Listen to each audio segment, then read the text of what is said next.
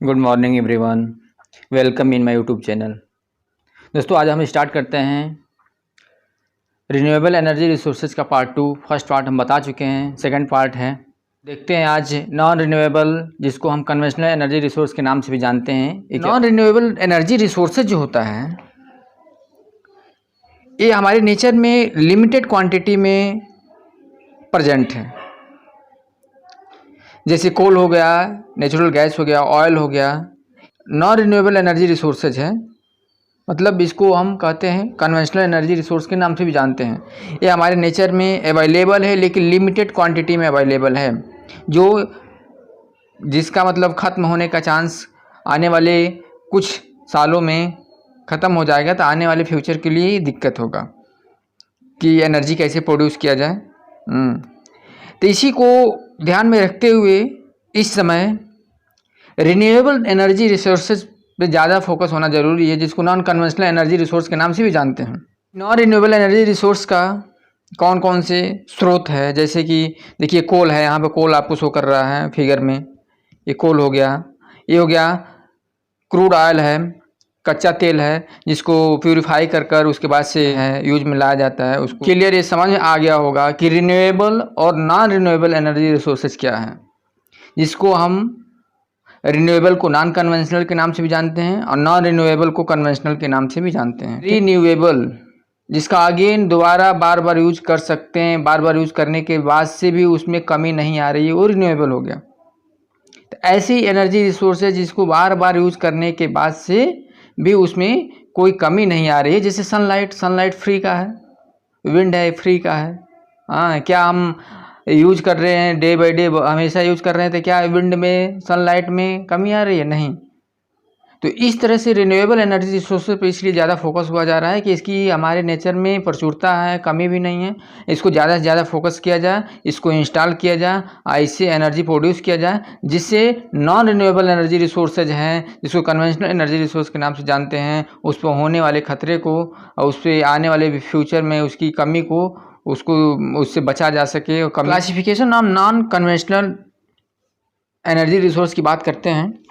जैसे energy resource के दो पार्ट में यहाँ पर डिवाइड किया गया है। देखिए, नॉन रिन्यूएबल और रिन्यूएबल। तो नॉन रिन्यूएबल में क्या हो गया? फॉसिल फ्यूल हो गया, ऑयल हो गया, कोल हो गया, नेचुरल गैस हो गया, न्यूक्लियर हो गया, ये हो गया नॉन रिन्यूएबल हो गया। ठीक। और रिन्यूएबल में सोलर एनर्जी हो गया, विंड एनर्जी, हाइड्रो इलेक्ट्रिक हो गया, बायोफ्यूल हो गया, जियोथर्मल हो गया, हाइड्रोजन गैस हो गया। ये सारी चीज़ें किसमें आ रही है? रिन्यूएबल में। तो हमको सबसे ज़्यादा फोकस होना है रिन्यूएबल पर। हम एक एक करके देखते हैं क्या है कि solar energy refers to capturing the energy from the sun and subsequently converting it into electricity. Solar energy is a renewable source of energy.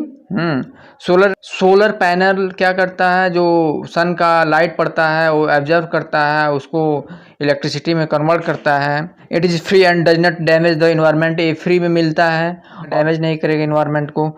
Solar energy does not release anything into the air, so it is clean source of energy and does not damage our planet. जिस planet पे हम रह रहे हैं, अर्थ पे रह रहे हैं, इस तरह से इसके लिए सेफ भी है, कोई इन्वायरमेंटल पॉल्यूशन भी जनरेट नहीं करता है, एक क्लीन सोर्स ऑफ एनर्जी है। तो इसीलिए हमको इस पे ज़्यादा फोकस होने की ज़रूरत है। फिगर के माध्यम से हम देख सकते हैं कि क्या है कि सन के द्वारा सोलर रेडिएशंस आ रहे हैं। सन के द्वारा जो भी लाइट आ रही है, वो लाइट जो है सोलर पैनल पर पड़ रहा है। सोलर पैनल आपको दिख रहा होगा, ब्लैक ये सोलर पैनल है, इस पे पड़ रहा है, सनलाइट पड़ रही है। और सनलाइट के द्वारा यहाँ पे इलेक्ट्रॉन का फ्लो हो रहा है। सनलाइट जब पैनल पर पड़ रहा है, तो पैनल पे पड़ने की वजह से यहाँ डिवाइस नीचे लगी है, इसके द्वारा इलेक्ट्रॉन का इस वायर जो दिख रहा है, इलेक्ट्रॉन का फ्लो हो रहा है। इस इलेक्ट्रॉन का फ्लो होने के कारण यहाँ पे ये बल्ब क्या हो रहा है? इलेक्ट्रिसिटी प्रोड्यूस हो जाएगा, उसके बल्ब जलेगा। ठीक। तो इस तरह से आप एक फिगर के माध्यम से भी देख लिए कि कैसे सोलर पैनल के द्वारा सनलाइट के माध्यम से हम इलेक्ट्रिसिटी प्रोड्यूस करते हैं। ठीक। और आगे और देखते हैं। आप इस तरह से एक और फिगर देख सकते हैं। इस फिगर के माध्यम से आपको और क्लियर समझ में आ जाएगा कि सन के द्वारा जो लाइट पड़ रही है सोलर पैनल पे, ये सन है, यहाँ लाइट पड़ रही है सोलर पैनल पे। ठीक। ये सोलर पैनल पर लाइट पड़ रही है, यहाँ से क्या कर रहा है कि यहाँ देखिए स्पष्ट लिखा है solar panels convert sunlight to DC current. Solar panel क्या कर रहा है, सनलाइट को डायरेक्ट करंट में कन्वर्ट कर ले रहा है, ठीक ना। यहाँ से कन्वर्ट होने के बाद से दूसरा पॉइंट यहाँ दिख रहा होगा आपको, inverter converts DC electricity to AC. ये इन्वर्टर है, आपको स्पष्ट रूप से दिख रहा होगा। ये इन्वर्टर किस में डायरेक्ट करंट को एसी में अल्टरनेट करंट में कन्वर्ट कर दे रहा है। और उसके बाद से थर्ड पोर्शन पे यहाँ पे देख रहे हैं जोड़ा गया है यहाँ से। उसके बाद take electricity your home required, जितना रिक्वायरमेंट है इलेक्ट्रिसिटी की होम को, वो यहाँ से यहाँ इलेक्ट्रिसिटी लिया जा रहा है। उसके बाद से यदि मान लीजिए एक्स्ट्रा इलेक्ट्रिसिटी प्रोड्यूस हो रहा है, उसको एक्स्ट्रा इलेक्ट्रिसिटी को क्रेडिट कर दिया जाएगा ग्रिड में, मतलब स्टोर कर दिया जाएगा एक तरह से कह सकते हैं।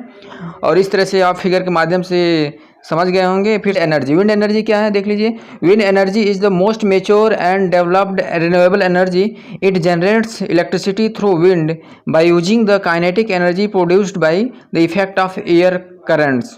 It generates electricity through wind, यहाँ लिखा गया है ना, ये इलेक्ट्रिसिटी को क्या करता है, जनरेट करता है विंड के थ्रू। यहाँ पे विंड एनर्जी से विंड द्वारा इलेक्ट्रिसिटी जनरेट होता है। Wind power consist of converting the energy produced by the movement of wind turbine blades driven by the wind into electrical energy. Wind जो है स्ट्राइक करता है तो टर्बाइन ब्लेड का मूवमेंट होता है, उस विंड के स्ट्राइक होने से टर्बाइन ब्लेड का मूवमेंट होता है, जिससे विंड एनर्जी इलेक्ट्रिकल एनर्जी में कन्वर्ट हो जाता है। और इसका एडवांटेज आप देख रहे हैं कि क्या क्या है, मतलब इफेक्टिव कॉस्ट होता है कोई ज़्यादा। विंड क्रिएट जॉब्स, ये जॉब क्रिएट करता है, बहुत सारे लोगों को एम्प्लॉयमेंट देता है। तो इस तरह से आप देख सकते हैं इस फिगर में कि जब विंड यहाँ पे स्ट्राइक करेगा, विंड द्वारा ये पहले ब्लेड रोटेट करेगा और उस ब्लेड को रोटेट करने की वजह से विंड टरबाइन रोटेट करेगा।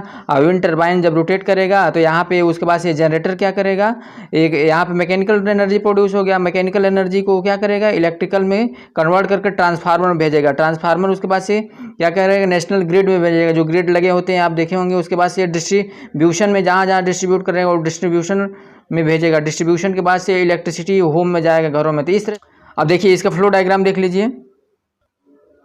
इस फ्लो डायग्राम को आप बना सकते हैं पेपर वगैरह में, जिससे आपके मार्क्स भी अच्छे होंगे, इम्पैक्ट भी अच्छा होगा और देखिए समझने के लिए भी अच्छा है। देखिए कैसे कैसे उसी चीज़ को जो डायग्राम नेटिकली बताया गया है उसको फ्लो डायग्राम के थ्रू हम बता रहे हैं आपको। जैसे देखिए यहाँ ब्लेड है, सब दैट ये ब्लेड है, यहाँ दिख रहा है आपको, ये ब्लेड है, विंड टरबाइन ब्लेड, ठीक।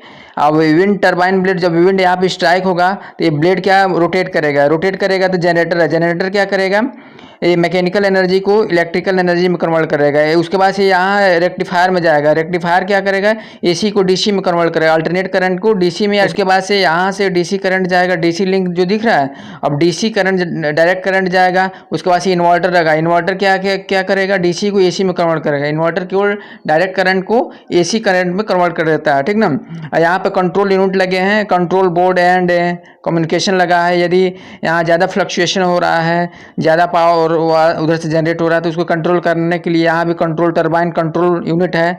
टरबाइन को कंट्रोल करने के लिए मान लीजिए इलेक्ट्रिसिटी बहुत ज़्यादा प्रोड्यूस होने लगी यहाँ पे, हाँ, इसका सप्लाई कम है, इस तरह से मतलब इसको डैमेज होने से बचाने के लिए कंट्रोल यूनिट लगाए जाते हैं, जिससे सिस्टम प्रॉपरली चलता रहे, ठीक ना। तो इस तरह से इन्वर्टर है, इन्वर्टर डीसी को एसी में कन्वर्ट कर दिया, डायरेक्ट करंट को अल्टरनेट करंट में कन्वर्ट कर दिया है। उसके बाद से यहाँ से ये गया 3 phase line, filter and transformer में चला गया। और उसके बाद से वहाँ से unit grade AC power supply किया जाएगा जहाँ जहाँ रिक्वायरमेंट होगा, ठीक ना। तो इस तरह से आप एक फ्लो डायग्राम के थ्रू भी इस चीज़ को समझ लिए, तो ठीक है। आपको कैसा लगा, समझ में आया, ठीक। और फिर से मिलते हैं अगले पार्ट में। और इस तरह से वीडियो को देखिए और अपने दोस्तों को भी बताइए, उनको भेजिए, जिससे वो भी देखें, इस नॉलेज को गेन करें। और thank you for watching this video. Please share like subscribe करते रहिए, जिससे आने वाले वीडियो भी आपको मिले।